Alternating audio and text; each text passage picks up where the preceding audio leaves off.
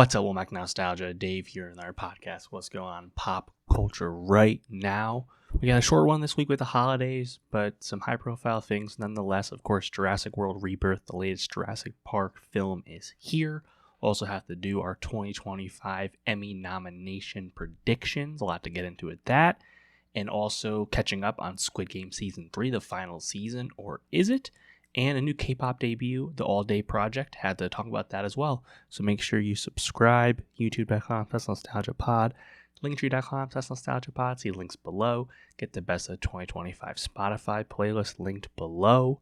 Let me know it's good, and let's get into it. What's up, Womack Nostalgia? Dave here with a review of AllDay Project's debut single album, Famous. AllDay Project is a new K-pop group from the Black label who just gave us their first two songs as a public unit, Famous and Wicked.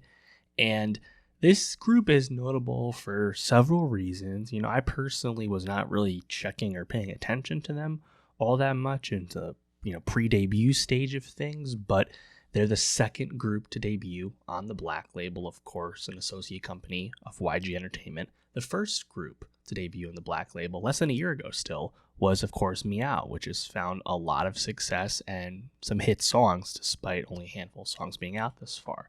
So the Black label is very quickly getting the ball rolling again with another group, and AllDay Project is furthermore even probably more notable than anything else because they're a co-ed group, 3 women, 2 men. You don't see that in modern K-pop really at all anymore. It's very, very uncommon. I think the group I saw being thrown around as the most recent comparison would be Card with a K from 2017.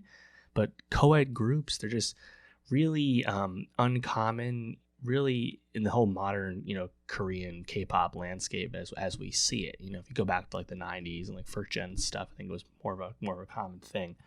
And even collabs for that matter are not super common either. You might see more of this sort of thing on solos, but between groups they usually keep it one-sided here gender wise. So that I think is simply put just a novelty factor that will bring people to this group, and I think more casual observers such as myself will continue to see how it goes, see if this group can sustain success. As for the members of this group, there is some people that I think are notable for like hardcore fans. Young Seo was in the Islet lineup, then dropped out 2 months before that group debuted. So I think she was the most outwardly famous, being on that reality show that spawned Islet, for Hive and whatnot. I think there's some other people like Annie is from a famous commercial family here. Tarzan, one of the male dancers, he was a dancer in the New Jeans Supernatural video, some other stuff as well. So these people have kind of been around. Some of them were known as trainees, when people were paying attention to what Meow might become, all that. So nothing, I guess, like super. So nobody's like super famous out of this, but some people are not completely out of nowhere either. Either way, what we have is again 2 songs and only 2 songs at that. So it's not a whole lot to go off of, which is par for the course at this point with K-pop releases in general and especially debuts. But AllDay Project's debut single album, Famous, is nothing too inspiring, unfortunately. I think the most appealing aspect of the music that this co-ed group is giving you is that they're really trying to put a hip-hop forward approach with the sound. Unfortunately, I did not really care for a lot of the flows with this. This felt very unpolished from the rap perspective, and I found it just kind of uninspiring. The single Famous definitely has that kind of Latin-leaning drums that we're hearing more and more of in K-pop, and I like the way this song builds up. It's definitely a performance-leaning song that they made to be performed. But I gotta say, like Teddy Park and the Black label, I mean, we continue to have the same criticisms about the sounds and styles that the music he's responsible for. When you take away the novelty of this being the most significant co-ed K-pop group in many years, what you're left with is music that doesn't really stand out. I think the fact that it's pretty rap forward between the 2 songs does appeal to me as a rap fan and a fan of K-pop rap. So I hope they continue to go down that road. I think just need to hear, I think, a better version. The single Famous, again, I like the way it builds up, over those Latin drums. That first rap verse, I think, is pretty mediocre. The flow is just very loose, just not polished. The second rap verse, that time there's like some acoustic strings on top of those drums. Sounds a little bit better. Has the classic YG style dance break on the outro. It's a song that I think this is the better written of the two songs. I do think the performers have some presence. They have some attitude in fits and starts. And I think the writing on Famous is better than the writing on the second single, Wicked, which is just a lot sparser and kind of builds up to a very, I think, middling, light chorus, unfortunately. And that's a song that has these like twitchy drums. And I think the drum loops really lend itself to putting all these verses on top of each other. And I think the rap's a little better on Wicked. But again, the flows are just not super impressive to me. So yeah, again, I'm more curious just about like what happens for this group. How big can they be? Like, are they gonna take off the way Meow did pretty quickly under the Black label? Is that where we're going? Will they break the trend of co-ed groups? Obviously, K-pop is rapidly changing and exceedingly mainstream outside of the Korean music space at this point. So just because co-ed groups didn't work before does not mean they can't work now by any means.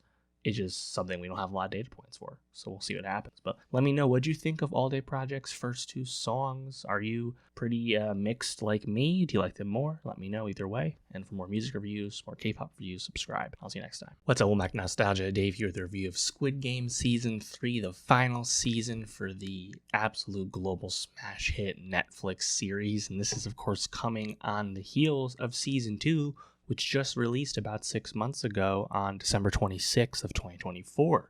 And I'm getting to this a little bit late, of course. A lot of TV has come out recently in binge drop format, Squid Game and The Bear, 2 days apart. So it took me a little bit to get to Squid Game, but I'm very happy to dive into Season 3. And yeah, I think at this point, when you're picking up this season, the context remains very similar to how we were going into Season 2 because Season 2 was a massive hit once again. Season 2 of Squid Game really only compares to the first season of Squid Game and Wednesday in terms of like total viewership, most views in a month, most views in a week, all the various metrics that we have now from Nielsen and Netflix themselves. Squid Game 2 was, by all accounts, a massive smash. And I think that's despite the fact that it was a bit of a different season than Season 1, right? I think Season 1, of course, very clearly told a complete story, and I was paced very well as a result and very effective at its larger themes, what made the show entertaining, all the appeals of the show. Season 2, though, had a bit of a different flow to it, especially when you compare it to Season 3. It's very clear that Squid Game Season 3 is more of a Season 2B or a Season 2.5, and Squid Game Seasons 2 and 3, frankly, could have and probably should have been combined into one season. That season would have had, I think, a lot more of a tighter storytelling to it. To me, Season 3 ran out of juice just a little bit because you kind of knew where it was going to go, the only way it could go as it progressed through the various plot. And, watching the various Squid Games as you see them, still very appealing and very dramatic for the show. But there's some outlandish twists in Season 3 that you have to really buy into to let Season 3 take you to the end. And, when you reflect back on Season 2, of course, it has all this buildup and momentum in terms of, for setting things back up, getting us back into the game, kind of raising the stakes with Gi-hun intentionally, willingly joining the game once again, while you have these outside forces trying to take down the group and find the island and all of that, right? And it builds to this rebellion that, of course, is doomed from the start because the front man, played by Lee Byung-hun, is obviously the bad guy the entire time. I think the stakes of that really work. Of course, it's very violent, so I'm not making the show even more violent. But then when we remove ourselves from Season 2 and pick back up with Season 3, it's like, all right, now we're going to continue the games because your nasty rebellion against the rules failed. And that's fine. I was happy to do that because I think watching the games unfold and the craziness you see the characters get put through as part of the appeal of the series, it did feel like a big downshift though after the events of the season 2 finale. So that's to say, I think also with season 3, I don't know if you have as much of a connection to the characters that survive in season 3 versus the people that you may have met in season 2 or left us in season 2. I think in general, too, between season 2 and 3, you were more connected to other characters in season 1, which again just speaks to how that first season was conceived, which of course was in a manner not expecting to have sequels. So, season 3, I think, unfortunately, so much appears to ride on the introduction of Junhee's baby, Yuri, in real life. Her character having birth in the games during the game, add that with one of the fastest pregnancy labors known to man, one of the fastest live births, just a matter of minutes, which I know has technically happened in reality here, but it's something you have to just accept, that there's going to be a successful birth that takes like 5 minutes of real time.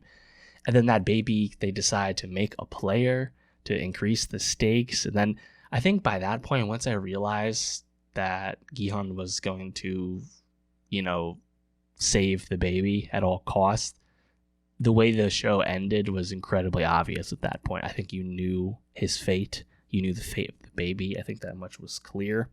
So does that, dull the effectiveness of season 3? I think a little bit, but again, I think more than anything, my criticism of season 3 would just be that it just felt a bit more inert than season 2, which had so much build up and payoff. And I would say season 3 is the weakest of the 3 seasons. But as far as the show wrapping up overall, I think it's solid enough for where it goes and what it teases in the future. We'll get to that in a bit. I think that, of course, is very tantalizing.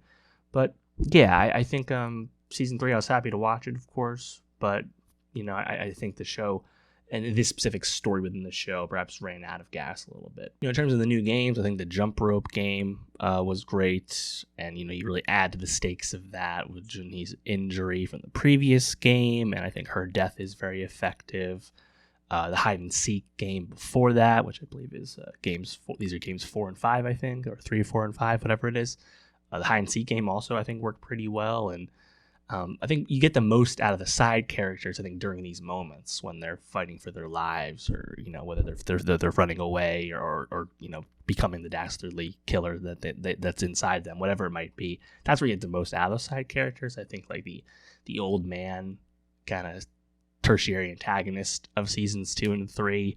His character, I think, worked pretty well. Is he as compelling as some of the antagonists on season 1? No, he's not. Again, this is a familiar theme we have here.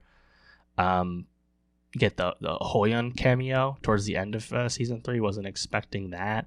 I think everything with Soldier 11, the North Korean defector who rebels against the game that she's serving. I think her stuff was, I don't think you really attached to her as a character, despite having a pretty sizable introduction to her in the beginning of season 2. I don't know if her stuff necessarily really worked. It was just kind of side plot to me. I didn't have a big connection to her character, unfortunately, especially when she decides to try and rescue a player who you don't have much of a connection to beforehand. Like, it doesn't totally land for me, player 246 specifically. I think the drug subplot also kind of ran out of juice, with Minsu kind of taking the place of Top's underling. That stuff was fine in season 2. I actually enjoyed Top's kind of flamboyant performance. Of course, that's Top of Big Bang fame, but it kind of played out the string once Top is gone at the end of season 2. And then you have his underling and Minsu. They're just not. I don't know. It was just kind of repetitive after a while. Yeah, I think the ending game as well, with the various platforms and the deciding who to save and who to kill to advance.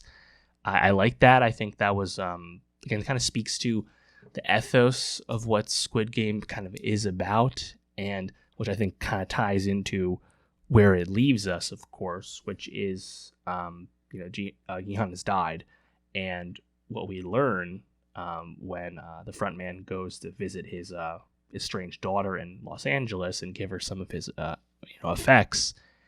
Who does he see? But he sees another recruiter, got like Yan Yu's character playing the game with the flipping the squares for the name. And who is that recruiter? None other than noted non-Korean person Cate Blanchett. And of course, she's playing that with a American man in LA.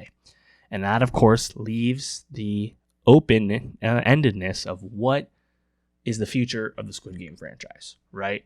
Of course, there's been the spin-off from Mr. Beast. There's been the official reality show competition on Netflix that was very controversial and polarizing in real life. I don't think that's ever coming back. But Squid Game Season 2 is a massive hit. Season 3 will be a massive hit as well. And this is, of course, notably a global hit for Netflix. The creator of Squid Game, Hwang Dong-hyuk, he has at least publicly said that, he doesn't know what the future is in terms of Netflix's plans. But this is like the end of this story that he created. And, the leaving this open for the future of Squid Game, I think kind of brings up a kind of common thing we continue to see, which is, Korean media being brought to, the Western media market, and then a lot of times being remade and repurposed for an American audience all over again. Think of the announced Parasite, spin-off series that didn't really get off the ground. Of course, that was going to be English. You have the Spike Lee Oldboy remake of the Park Chan-wook classic. And now you have the prospect of Squid Game continuing in a story set in America. And I think the thing with this that's interesting is you can kind of see both sides of this, right? Because Squid Game, especially its first season, a very inherently Korean story, of course, from a Korean creator, Korean talent, the dialogue is Korean, all of that, right? It also is specifically thematically Korean in terms of how it's talking about and commenting on Korean society and how people find themselves within it, and that kind of pessimistic worldview and that general societal comment that the first season does so expertly is why the show has been so celebrated. And it's kind of the cherry on top of its kind of pulpy popularity is that it's a show with, I think, actually kind of a lot to say in terms of exposing the worst in people and the selfishness that you can find. And that is something that is also quite translatable to capitalistic America. So I think it would work well, but I also have reservation about taking the Korean thing and then making it into an American thing, right? So I hope, at minimum, that Hwang Dong-hyuk, even if he doesn't want to be involved creatively, I don't think he does, he never intended for Squid Game to be his life's work, I hope he gets to be an executive producer on that show. He'll probably have a created by credit anyway, so he'll get paid for that, which is nice. So we'll see what happens. There's been rumors that maybe David Fincher would be involved in the future of Squid Game, and that, of course, coming alongside some talk from Holt McElhaney that maybe Mindhunter would return with movies at Netflix from Fincher, which would be spectacular. I'd root for that. Fincher, obviously such a specific type of creator and thinker and director, would be someone who would handle Squid Game with a lot of care and in a meaningful way. So if that does happen, that would be pretty appealing, even if I think a lot of us film fans would like Fincher to leave Netflix and return to the cinema, but that's neither here nor there. So we'll see. I'm just very curious about like where it's gonna go. But there's going to be more. I can't see how there's not going to be more, given that this is the biggest or second biggest brand Netflix has made alongside Stranger Things. That's not even debatable. That's where we are. Throw Bridgerton in there, I guess. But like this is huge. They're gonna find a way to keep it going. And you gotta figure if they ever do eventually make a Netflix style Disney World, Squid Game's gonna be part of it. Yeah. So let me know what you think about the future of Squid Game. What do you think about season 3 in general? One other note that I must mention with season 3 is the return, surprisingly, of the VIP characters from season 1.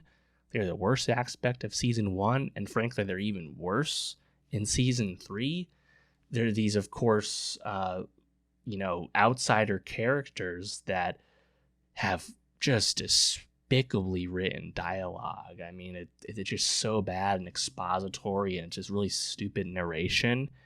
And it's also so clearly ADR, it's so clearly dubbed over.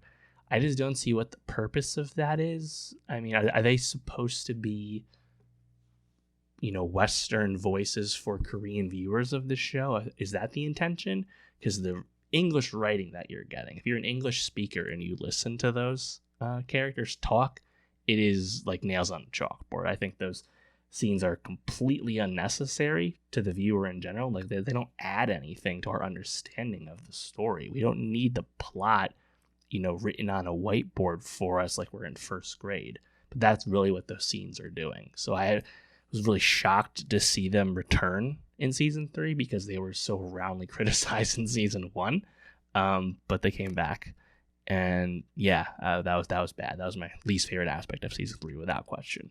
But let me know, what did you think of Squid Game season 3? Where do you want the franchise to go in the future, if anywhere?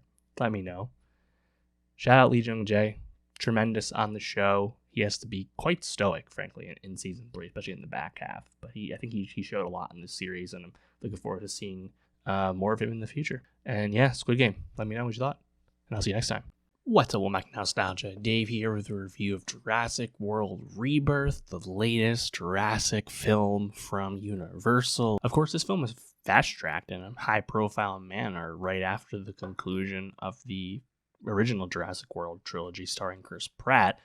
The previous film, Dominion, came out back in 2022, so we're just a quick 3 years out with this latest, reboot and reiteration of this now storied franchise.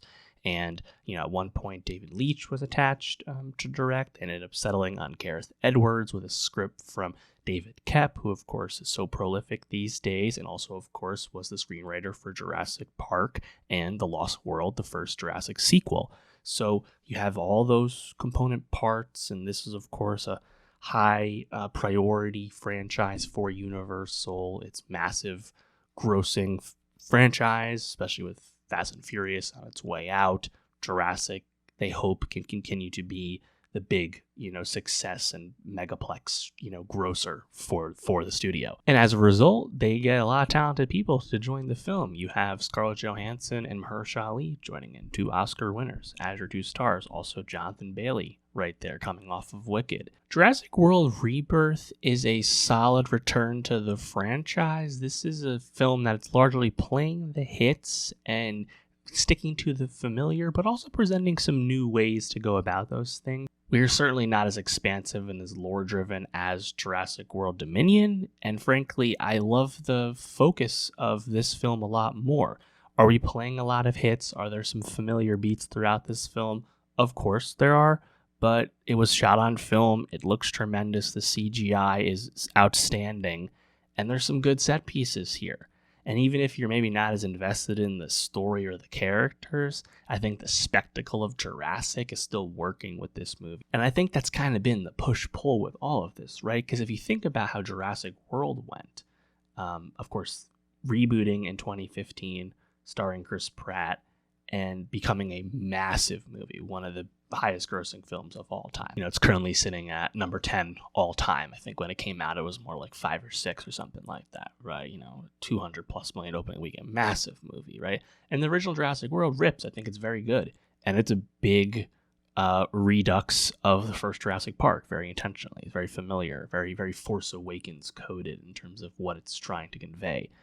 And then from there, you had Fallen Kingdom and Dominion, which really changed things up and try and do new things with the franchise. And I don't really like those movies too much. I think Dominion at least tried to expand like the lore of the world of Jurassic Park and Jurassic World to very uneven success, to say the least.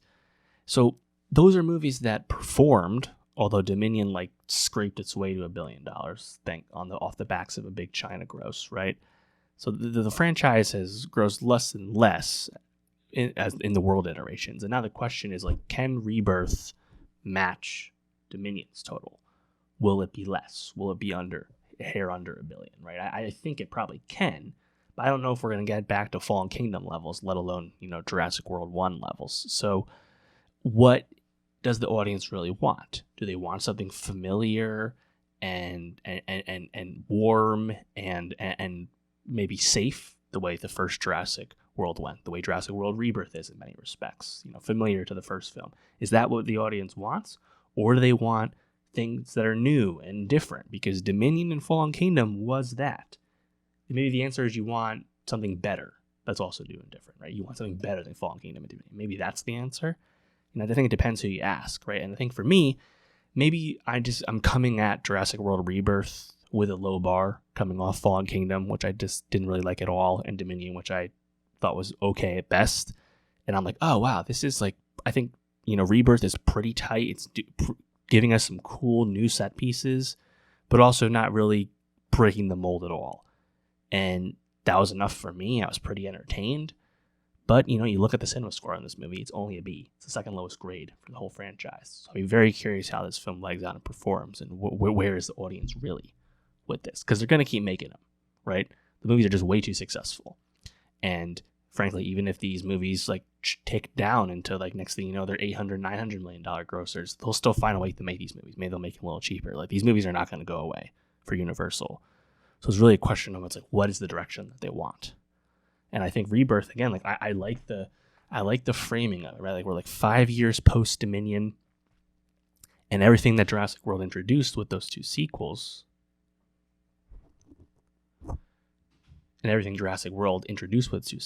where their dinosaurs are everywhere, they're all around the world, we've broken containment, they're like part of society, right? Fast forward 5 years, and many of them are dying off because like they can't handle most of the non-tropical climates in the world. And also the audience interest, the public interest out in the world, the spectacle of dinosaurs back to life has waned a lot. And it's pretty interesting. And I like that, introduction. I think the early scene, the beginning of the movie, where there's a brachiosaurus, sauropod of some kind that's like broken out of its enclosure in New York City, one of the last remaining dinosaurs in North America. But that was pretty cool, like fun little lore, right? And I think Dominion was like kind of like lore overload.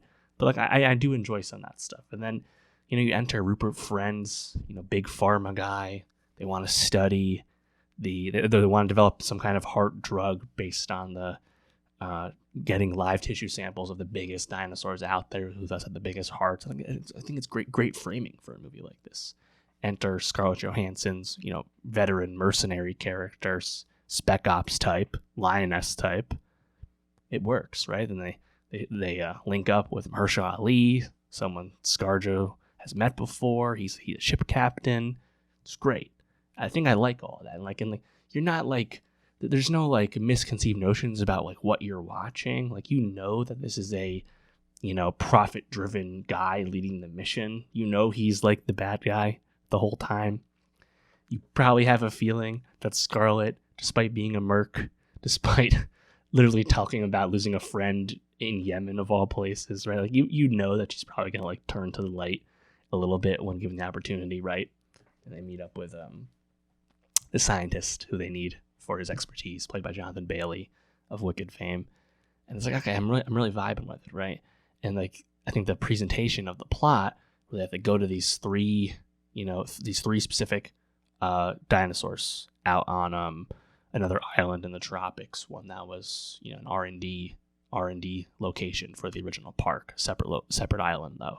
And they have to get samples from a mosasaur out in the water, a titanosaur, the biggest sauropod, as well as the Quetzalcoatl, the really big pterosaur, Quetzalcoatlus. Shout out the Aztecs for that name. And I think that was cool, right? And of course, the movie actually starts, like in media res, like 20 years in the past, where we spend time at that R&D island, and they're actually doing experiments and trying to crossbreed new types of dinosaurs, and unsurprisingly, some mutants get made, and they break containment, and the island gets kind of abandoned. And it's like, okay, again, familiar premise, something we've seen before, but I think it works. Like, yeah, like every beat that's happening, they're gonna march their way to that abandoned base. They're gonna see that really big mutant dinosaur that fucks all the shit up in the flashback.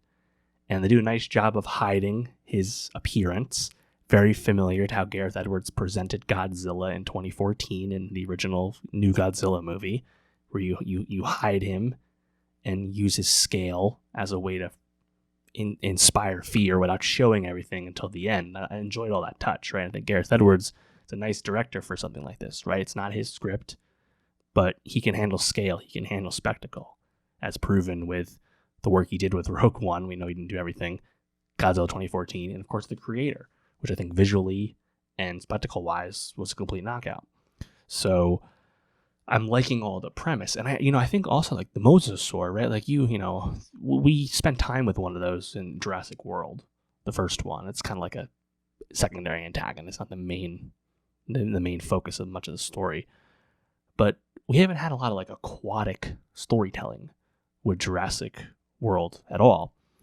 And I actually really like that about Rebirth, right? Like, you spend all this time at sea with the Mosasaur, and like the Spinosauruses show up later, and like it's called back to Jurassic Park 3, but that was a Spinosaur on land. And like all that was really, really cool. Later on, you get the river chase with the T-Rex or the Allosaurus, whatever that was, versus the family in the life raft. I like the aquatic stuff because it was just kind of a new spin on the spectacles we know. Some fun callbacks. You get the the venom spitter guy with the big fins around his neck, called back to the first movie. We see seemingly some raptors about to axe the boyfriend before they get stomped down by some kind of pterosaur. I thought that was fun, bait and switch there. And yeah, I think the movie's like really, really like ripping. And then once it kind of like gets to its confluence, which is the end where they all meet up at the base again, we see the mutant stuff really for the first time. I think that's where the movie kind of makes a big shift, because beforehand, like the stuff at sea, the stuff, the T-Rex on the river, the stuff in the jungle, I really liked that kind of stuff because it felt like almost like a naturalized thing. Like you're with these dinosaurs like out in their habitat and watching them like interact with prey as they would have millions of years ago, right? Like it wasn't in the park framing at all, and I thought that was kind of fresh, at least a little bit. And yeah, I think there's still like a kind of magic to watching like human character stumble upon a massive sauropod in a field, right? Again, it's a callback. It's a huge callback, but I think it's an effective one. And those Titanosauruses kind of cozying up together, I think it really worked. Now, I think that scene is probably the least impressive visually because it was like that whole valley was all CGI. And that wasn't like a location that they were really filming in, seemingly. So that was one where I kind of brushed up against the visuals just a little bit. But everything else, I think, looks really good because they shot on film, they shot on location, and the CGI like blends in really well. Obviously, the dinosaurs, all the moving dinosaurs for the most part, are completely CGI. I think a lot of the stuff like the carcasses and stuff are actually like physical things they made for the set. But I think visually like it looks really, really good. Then once you get to the end, though, like I think that's where you can brush up just a little bit because there's some more callbacks, right? You have the kind of mutant, like the mutant pterosaur looking dudes. They kind of look like the fell beasts from Lord of the Rings that the Nazgul fly on, to be honest. You have a pretty overt callback to the raptor stalking in the kitchen in the first Jurassic Park. This time it's in like a gas station convenience store area. And then you have Mahershala very much invoking Jeff Goldblum using a flare to move the mutant T-Rex amalgamation away. And I think they do a really good job with the fake out there because I really thought he was gonna be dead.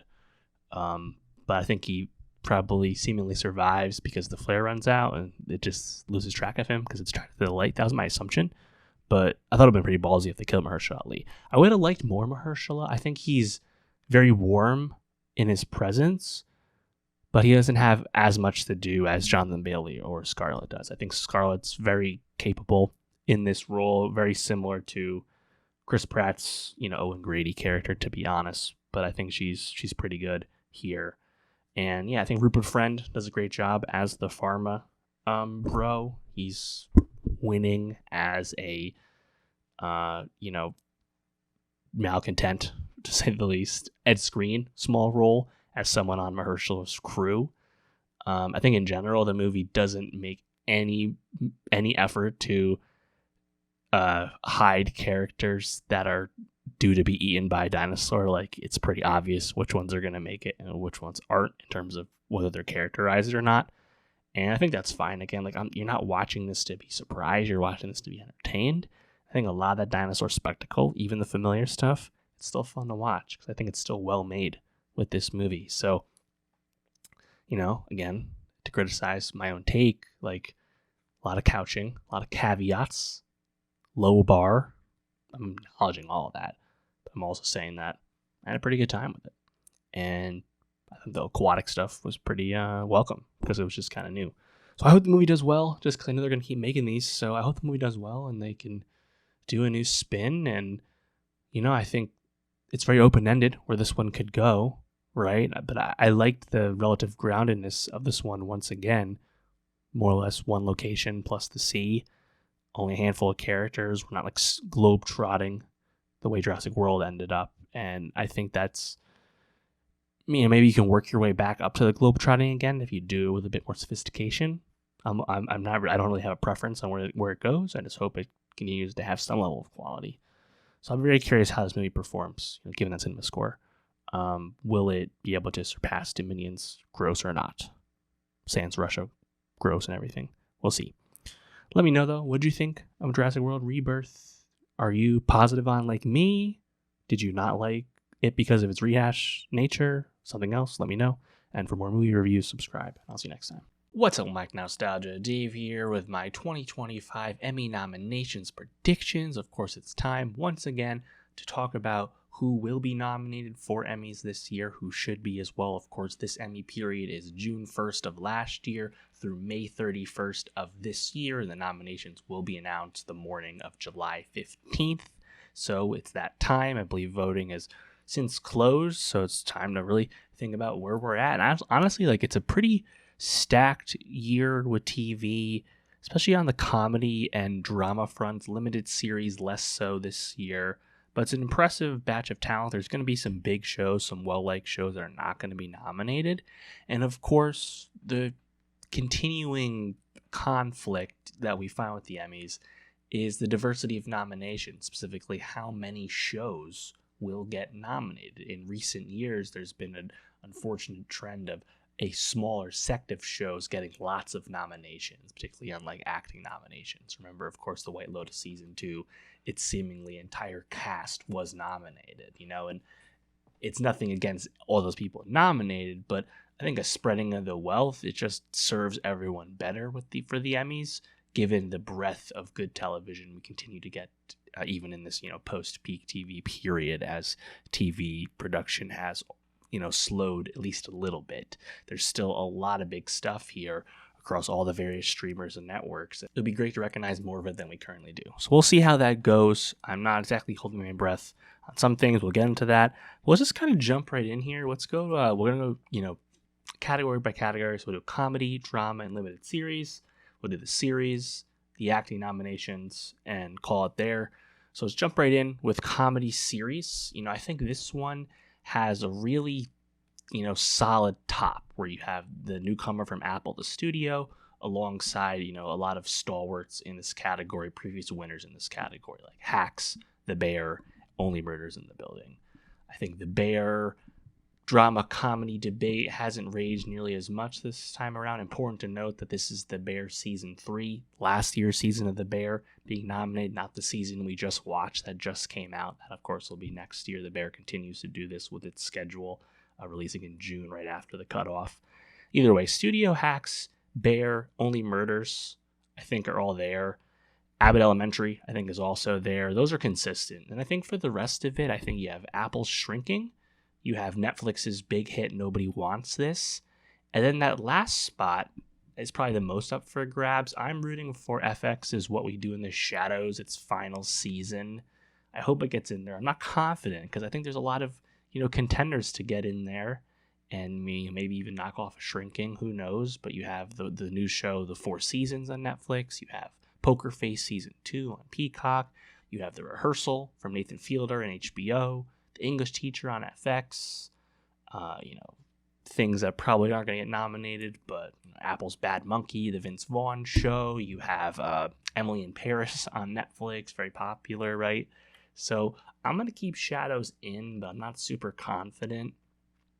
Obviously, I think really Studio Hacks and The Bear are the only ones that can really win. And I think the studio is by far the favorite in the comedy categories. That's where I'm at for this series. Comedy actress, kind of a similar, mode here. We're going to follow a lot of the same handful of series across categories here. You have Jean Smart for Hacks, the most recent winner. You have Io Debary, who also won before. Quinta Brunson from Abbott, who won for writing. Io's, of course, in The Bear. So those three are very solid, very safe. Any of them could win, but probably between Smart and Io once again. Then you have Kristen Bell. Nobody Wants This, newcomer to the category with this new show. And then that last spot, I'm not really sure. You have Natasha Lyonne for Poker Face. She, of course, has gotten love before at the Emmys. Selena Gomez, Only Murders in the Building, previous nominee. Then I think you have people that are maybe less heralded, but certainly in the mix, like a Tina Fey for The Four Seasons. I, of course, would love Natasha Demetriou for What We Do in the Shadows, but I don't see that coming. I guess technically you have Kathryn Hahn for Marvel's Agatha All Along, but I'm not holding my breath there. I think Selena probably gets into that last spot, and Natasha Lyonne doesn't. I just don't know if there's enough Poker Face juice, unfortunately, despite the critical love for that show. So that's where I'll go. Comedy actor, Seth Rogen for The Studio has to be the favorite. Of course, Jeremy Allen White is also here, who has won the previous 2 times he's been up for the role. You also have Martin Short for Only Murders, Steve Martin for Only Murders, Jason Segel for Shrinking, Adam Brody for Nobody Wants This, Nathan Fielder for The Rehearsal. I think it's Rogen, Jeremy Allen White, Jason Segel, Adam Brody. And that last spot, is it going to be just one of the Only Murders people? If so, probably Short. I just don't know who else would take the spot away, right? You have Brian Jordan Alvarez from The English Teacher. Of course, you have the people from Shadows again, Matt Berry, Kevin Novak. I would love Matt Berry to get in. Don't see it coming. Steve Carell, Four Seasons, probably not. Obviously, he's a comedy legend at the Emmys for The Office, but don't see it. So I think it's probably going to be Short. Same way I kind of have, Selena in there to end the category, but who knows? Maybe we'll be surprised here. And then comedy supporting actress, again, kind of a similar top where you have Hannah Einbinder and from Hacks and Liza Colin-Zayas from The Bear. Liza won last year. Catherine O'Hara for The Studio, very safe, I feel. And then you have, previous nominees. One of them won a few years ago. I believe it was Cheryl Lee Ralph for Abbott won alongside her co-star Janelle James. Could someone get nominated in one of their places? Those last 2 spots, it's possible. I'm not sure if there's anyone who's really jumped out to take that spot. You have Jessica Williams for Shrinking. You have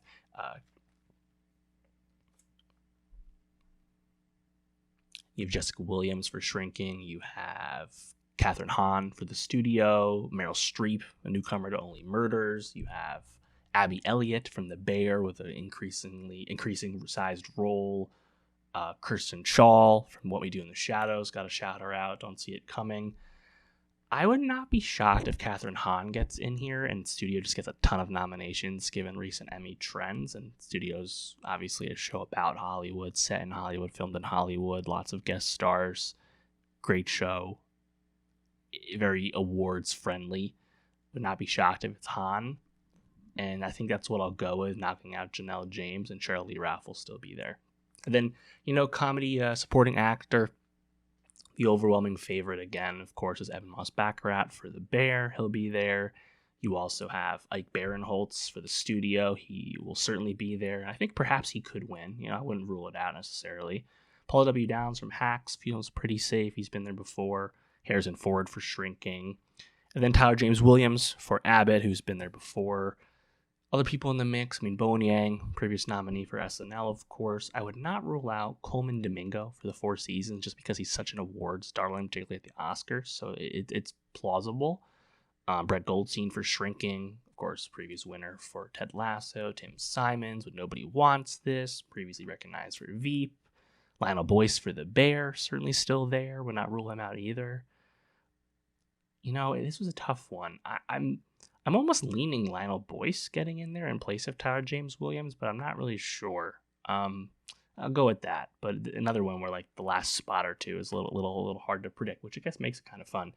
Then guest actors. I don't have like any like a full field here, but Jamie Lee Curtis will certainly be there for The Bear once again. And then on the guest actor side of things, of course, John Bernthal from The Bear, and then probably a lot of studio people, right? I think of Bryan Cranston, Scorsese, Ron Howard, all those various guest spots makes a lot of sense. All right, now moving on to the drama categories. Drama series is an absolute bloodbath. I can't remember the last time it's been quite this steep with shows that have been previously nominated, that many of which don't even have a prayer this year, it feels.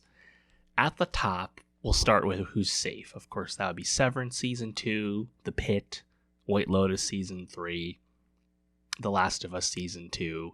Those are all in there. I think Slow Horses for Apple and its predictability and dependability is in there. I think Disney Plus's Andor is in there. And if for some reason Andor is not there, we have a big problem. I'll leave it at that. I think those are all there. So that's 1, 2, 3, 4, 5, 6.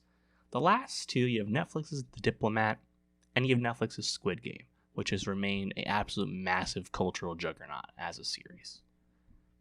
That would be a very good top 8. And I think Netflix would, and actually it's a great spreading of the wealth, right? You have 1, 2, 3 HBO shows, if you count The Pitt there, 2 Apple, 1 Disney, 2 Netflix. It's pretty good. But there's a lot of stuff that's trying to get into this field. You have Hulu's Paradise, which seems to have more juice than I would have anticipated. You have the final season of The Handmaid's Tale on Hulu. I think The Handmaid's Tale has long since passed its expiration date as a series people care about. But we have to remember The Handmaid's Tale, with its first season, I believe, or was its second season, was via Hulu, of course, the first streaming service to win Best Drama Series at the Emmys, beating Netflix to that punch. It's seemingly going to go out with a whimper here. I don't have it in. House of the Dragon Season 2 from last summer, On the Outside. My Beloved Industry Season 3, On the Outside. Yellow Jackets, a previous nominee in this category, On the Outside. The Boys, same thing. Bridgerton, no chance. Then you have a bunch of newcomers, like Landman, Department Q, Black Doves, Your Friends and Neighbors on Apple. I don't have any of them in. Also, I want to shout out Pachinko Season 2, which in a just world would certainly be in here, just like Industry, but it's not happening. What a wild category. It's so loaded. And of course, there's other shows you could throw in the mix here as well. But it's just very impressive what the field looks like. And it kind of trickles down to the acting categories as well. I will say, drama actress, for whatever reason, feels very thin. And I can't really explain it, but you have Bella Ramsey for The Last of Us, who I think they're in there. And that's despite the fact that Bella got some mixed reviews with this second season. The material wasn't the best. Bella wasn't the best either. But I think Bella will still get there given the profile of the show and the HBO backing. Kerry Russell for The Diplomat's here, probably the favorite to win. And if anyone can take her down, it's probably Britt Lauer for Severance. Those two are definitely in there. I think Bella's in there. Then you're going to see a lot of talk about Kathy Bates for Madlock on CBS, like the revival series. I'm not picking it. I gotta see that happening. I mean, that'd be wild to get a network nomination in today's Emmy landscape. But people are saying it, so we'll see. But I'm not with that. I gotta see that happening. And then, so that leaves still 2 more spots. You have Elizabeth Moss for the final season of The Handmaid's Tale. She herself has, of course, been a Emmy darling between The Handmaid's Tale and Mad Men, of course. Melanie Linsky for Yellow Jackets. Keira Knightley, Black Doves, Emma D'Arcy, House of the Dragon, Marissa Bella, Industry, Minha Kim, Pachinko, Zoe Saldana for Lioness. I don't know. I think probably one of Kathy Bates or Moss gets in, and I'm putting that last spot with Keira Knightley for Black Doves. I'm not quite sure why I'm there, but I'm there. But as you can tell, it's a thinner field than you would expect given all the shows in the mix here. Drama actor, looking better. You have Noah Wyle for The Pitt and Adam Scott for Severance. I think those two are duking it out to decide who wins that category. Very, very, very great at the top. Gary Oldman, dependable for Slow Horses. Pedro Pascal, The Last of Us. Of course, he's everywhere. I think those 4 are very safely in. The last spot, is it Sterling K. Brown for Paradise? Does Paradise have a moment? Sterling himself, of course, has been an Emmy darling with This Is Us in the past. Is it Diego Luna? That would be my pick for Andor. You also have Lee Jung-jae for Squid Game, who, of course, won this category for season 1 a few years back. John Hamm's returned to a leading role with Your Friends and Neighbors. I, of course, would love to see Anthony Starr for The Boys get nominated for his role as Homelander, but that's not going to happen. I want to have Diego Luna in. I don't know if I see it, I feel bad saying that. I'm going to do it. I'm going to say Diego Luna in, Sterling K. Brown out, but I would not rule out Lee Jung-jae as well. Drama supporting actress, we have Carrie Coon for The White Lotus, Parker Posey for The White Lotus, Allison Janney for The Diplomat. Those 3 I think are all very safe. All of them, or particularly Coon and Janney, are awards darlings historically with their careers. And then this is the category that seems most likely to have like the Emmy overdose on one show. Amy Lou Wood for White Lotus and Tasha Rothwell for The White Lotus. This category can't be 4 women from the same show. That's just not right. And even though I think both of them are great, Amy Lou Wood, I think, really turned a lot of heads with this coming off Sex Education. A lot more people saw her in White Lotus. People are in.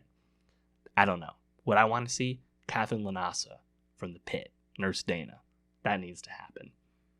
Other than that, Patricia Arquette for Severance. I mean, she doesn't have a whole lot to really do in Severance season 2, but Severance will probably be very strong, down the line with nominations. So I would not rule that out. People that I think have less of a chance: Leslie Bibb, another White Lotus option; Isabella Merced for Last of Us; Olivia Cook for House of the Dragon, which I would love to see; Denise Gao for Andor; Olivia Munn and Amanda Peet from Your Friends and Neighbors. I gotta shout out Elizabeth Dulau, who plays Clea on Andor, absolutely spectacular as a newcomer. So I'm gonna go with Carrie Coon, Parker Posey, Allison Janney, Catherine Lanasa, and Patricia Arquette. I'm choosing to not OD on White Lotus here, but don't want to get my hopes up on the other hand. Drama supporting actor seems a lot more set in stone here. We have Walton Goggins for The White Lotus, John Turturro and Tremel Tillman for Severance, Jason Isaacs and Sam Rockwell for The White Lotus. Sam Rockwell, of course, appeared to be a shoo-in to win guest actor in a drama series before we realized his role was bigger than we anticipated as we kept watching season 3. So he's definitely in this category. That would leave on the outside Jack Lowden for Slow Horses, Patrick Schwarzenegger for White Lotus, Patrick Ball from The Pit, Langdon, Stellan Skarsgård from Andor, who should be in here, R.I.P. Luthen. You also have Matt Smith from House of the Dragon, Christopher Walken from Severance, Ken Lung and Harry Lottie from Industry. If it was up to me, Ken Lung is definitely in here alongside Skarsgård. I think if I was picking a winner too, I would pick Tremel Tillman of everyone here. I'm going to go with kind of chalk here: Goggins, Turturro, Tillman, Isaacs, and Rockwell, but a lot of other good options. And then for the guest categories, again, just some people top of mind. I think Caitlin Dever for The Last of Us as Abby, probably a shoo-in to win guest actress. And then guest actor front, someone kind of jumped out to me, I think, is Scott Glenn for The White Lotus. It's a true guest role, so we'll see. But that's the drama front. Very busy category, especially in the series field. Moving on to limited series. So limited series is incredibly top heavy and thin overall. You have Adolescence at the top, the bang on winner of this category, followed by The Penguin, which is a surefire nominee as well, and got some Golden Globe love earlier before Adolescence came out. So shout out The Penguin. And then from there, I don't know, You have Say Nothing on FX, which would be a great nomination, critically adored. You have Black Mirror, its return for season 7, was it, on Netflix. You have Presumed Innocent from last summer on Apple. You have Dope Thief on Apple. You have Zero Day on Netflix, which got some mixed reception. You have Disclaimer on Apple, from Cuarón, which got incredibly mixed reception. You have Dying for Sex. You have Monsters, the Menendez brothers story. So that's kind of the pie here. I'm going to go with Adolescence and Penguin, obviously. I kind of have a feeling Disclaimer gets in here, which is a tough nominee, I feel like, given everything I've heard about the show. I'll have Presumed Innocent in, which I hope isn't wishful thinking. And then the last spot, does Ryan Murphy still have the juice? Does Ryan Murphy and Netflix get Monsters a nomination? Does Dying for Sex get in? I'm not really sure. I don't have a good feel for this category. I'll go with Monsters, but this is a tough one. And then, of course, in this category, you also have the TV movie nomination, and then limited series and TV movie performers are combined for all the acting nominations. So TV movie, of course, which is, of course, kind of a ridiculous designation here, but Rebel Ridge for Netflix seems to be the play for them. Mountainhead is the play for HBO. Bridget Jones, Mad About the Boy, the most recent sequel, is the play for, was it Peacock or Paramount, which is curious because, of course, that was a streaming release only in the States, but internationally, that was a very successful theatrical release. So curious. Apple has The Gorge with Anya Taylor-Joy and Miles Teller. I don't know. I think Rebel Ridge is going to win, but kind of a nothing burger category more often than not. At least Black Mirror is allowed to, or isn't allowed to run episodes in that category anymore and just gets to be nominated as a series. I think that just makes more sense. Best Limited Series Actress, I think the overwhelming favorite will be the Globe winner, which would be Kristen Milioti for The Penguin. You also have Michelle Williams for Dying for Sex, Cate Blanchett for Disclaimer, Renee Zellweger for Bridget Jones, Lola Pettigrew for Say Nothing. That's what I'm going to go with for the 5, but I'm not sure. I think there'll be some surprises here, and I don't have a good feel. Actor, I think this one's a little easier to tell here. You have Colin Farrell for The Penguin, Stephen Graham for Adolescence. They're definitely in. You have Kevin Kline for Disclaimer, Cooper Koch for Monsters. And then that last spot, even if those guys are in, I don't have a good feel again. You have Jake Gyllenhaal for Presumed Innocent. You have Aaron Pierre for Rebel Ridge, De Niro for Zero Day, Brian Tyree Henry for Dope Thief. I feel like Jake Gyllenhaal's going to get in, and probably I'll stick with my Monsters pick and go Cooper Koch here and having Tyree Henry out. I don't know. This one's kind of rough. Supporting actress, I think, is a little bit more impressive. You have Erin Doherty for Adolescence, who I think is the overwhelming favorite. You have Jenny Slate for Dying for Sex. You have Deirdre O'Connell for The Penguin. Leslie Manville for Disclaimer. Christine Tremarco for Adolescence, I suppose. Ruth Negga for Presumed Innocent is also here. Kristen Milioti could technically get a double nomination with Black Mirror returning for the USS Callister sequel episode. I'll have Ruth Negga in and Manville out. I feel like Christine Tremarco will get in here for Adolescence, just given the heat on that show, which of course takes a supporting actor, where Owen Cooper is the overwhelming, locked in favorite to win for supporting actor. What a revelation. Then you also have Javier Bardem for Monsters, Reze Feliz for Penguin, Ashley Walters for Adolescence, Rob Delaney, Dying for Sex. I would really like to see Corey Michael Smith for Mountainhead. I'm not sure. I think he's in supporting. I'm not positive, but he would be a great selection. Peter Sarsgaard also for Presumed Innocent got a lot of attention. So I think I'll have Walters, Cooper, and Bardem in. I'll have Delaney in. I kind of feel like Rezi Feliz as a newcomer is kind of on the outside, and I'll have Sarsgaard in his place. And of course, there's no guest categories for limited or TV movie.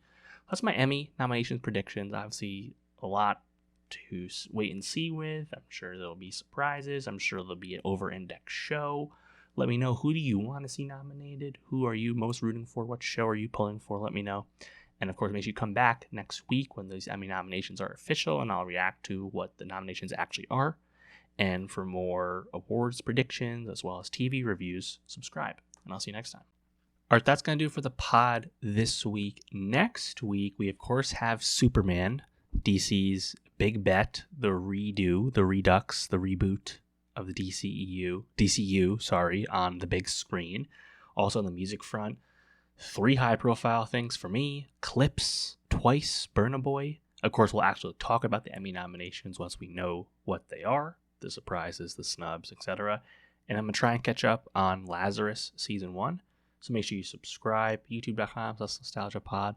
Linktree.com/nostalgia posse, links below. Get the best of 2025 Spotify playlist linked below. Let me know it's good, and I'll see you next week.